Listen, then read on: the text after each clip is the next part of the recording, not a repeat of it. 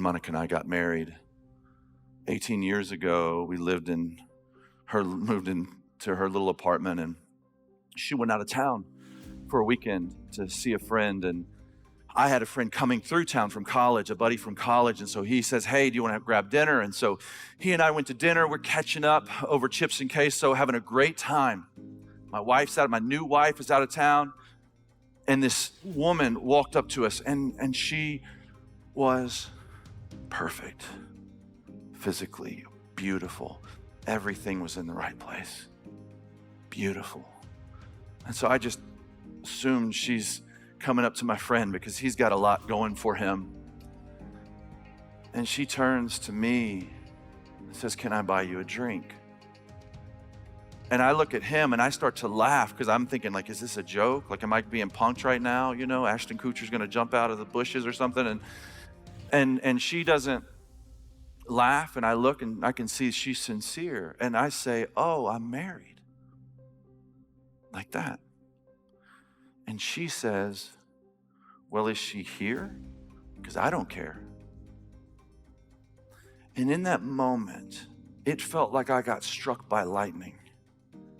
I was terrified and excited all at the same time. And I'm a new Christian. Like, I barely know anything, but I know my wife's out of town, and my brain for a minute begins to scheme around, okay, how do I get us away from him so that what is that gonna look like? I need to get her number. And I'm sitting there in the situation, and I hardly know any Bible, but I know Proverbs 5, 6, and 7. Somebody has said, hey, you're starting to read the Bible. Read a proverb a day. On the first, read 1. On the second, read 2. There's 31 chapters. And I knew Proverbs 5, 6, and 7. And the only thing, the saving grace in that situation was I looked at that woman and I thought, oh, she hates me. She doesn't love me. She wants my wife to hate me.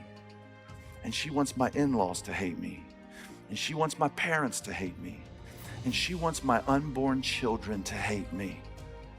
For just, a few minutes of ecstasy, she wants to take my life and burn it to the ground. And that thought was God's saving grace in a moment. Right? This doesn't go anywhere good. It may feel really good. It's gonna be so exciting. And then who's gonna be left to pick up the carnage, to put together the destruction? You have to decide right now. Are you ever willing to go outside of your marriage? Because you will have an opportunity.